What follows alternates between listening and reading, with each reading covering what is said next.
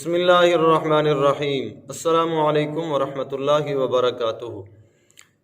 ترتیب کے ساتھ جو مسائل ہم ذکر کر رہے ہیں پلیدی کے بارے میں، نجاست کے احکام، ان مسائل میں سے کچھ مسئلے آپ آج سماعت فرمائیں گے۔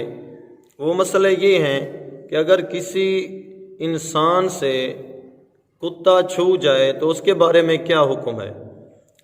خشک کتا یا گیلا کتا کسی انسان کے کپڑے یا بدن سے چھو جائے تو اس سے انسان کا بدن ناپاک نہیں ہوتا اور کپڑے بھی ناپاک نہیں ہوتے، لیکن گیلے بدن والے کتے سے تاکیدی طور پر احتیاط کرنا ضروری ہے۔ یعنی اگر کتا گیلا ہے تو اس سے تاکیدی احتیاط ضرور کریں، اگر احتیاط نہیں کریں گے تو اس کا گناہ ہوگا، لیکن ناپاک کپڑے نہیں ہوں گے، بدن بھی ناپاک نہیں ہوگا۔ اور گل سڑ جانے والا حلال گوشت وہ بھی ناپاک نہیں ہے۔ اور اسی طرح راستے کا کیچڑ کے جب تک اس میں نجاست معلوم نہ ہو وہ بھی پاک ہے۔ جیسے کہ بارش آ جاتی ہے یا پانی کوئی آدمی چھڑکاؤ کر رہا ہے اپنی دکان کے آگے، گھر کے آگے، اور وہ کیچڑ یہاں بنا ہوا ہے، تو وہ اگر کیچڑ بدن سے لگ جائے، کپڑوں سے لگ جائے تو اس وقت تک ناپاک نہیں ہوں گے جب تک کہ نجاست یعنی پلیدی معلوم نہ ہو، ورنہ وہ پاک ہیں۔ اگر پلیدی کا احتمال ہے یا معلوم ہو جائے کہ اس میں پلیدی تھی یا نجاست تھی، اس وقت وہ ناپاک ہے۔ اور مذبوحہ جانور کا گوشت، پوست اور خون جو اس کی رگوں میں یا گوشت میں باقی رہ جاتا ہے چونکہ جاری نہیں اس لیے پاک ہے۔ اور انسان اور خنزیر کا چمڑا یہ ناپاک ہے۔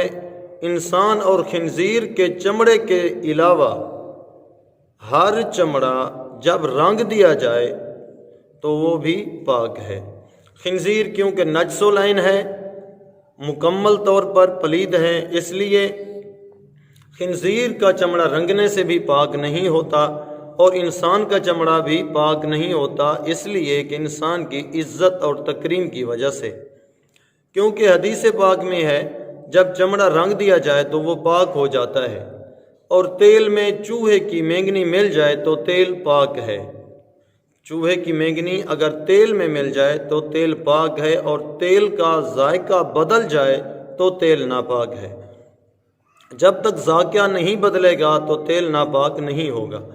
اور اسی طرح شہید کا خون جس وقت تک شہید کے بدن سے جدا نہیں ہوگا اس وقت تک خون پاک ہوگا، جس وقت خون بدن سے جدا ہو جائے تو خون ناپاک ہو جائے گا۔ اور آدمی کے ناک اور منہ سے نکلنے والی بلغمی، رطوبت اور منہ سے نکلنے والی رال یہ بھی پاک ہے۔ اور بکری کی مینگنی دودھ میں گر گئی تو اگر ٹوٹنے سے پہلے آپ نے مینگنی کو دودھ سے نکال لیا تو دودھ پاک ہے۔ اگر مینگنی دودھ کے اندر ٹوٹ گئی تو دودھ ناپاک ہے۔ اسی طرح مکھی پخانہ سے اڑ کر گندگی سے اڑ کر مکھی کپڑا پر بیٹھ گئی تو کپڑا پاک ہے۔ اور پیشاب کے نہایت باریک سوئی کی نوک کے برابر چھینٹے کپڑے پر پڑ جائیں تو کپڑا پاک ہے۔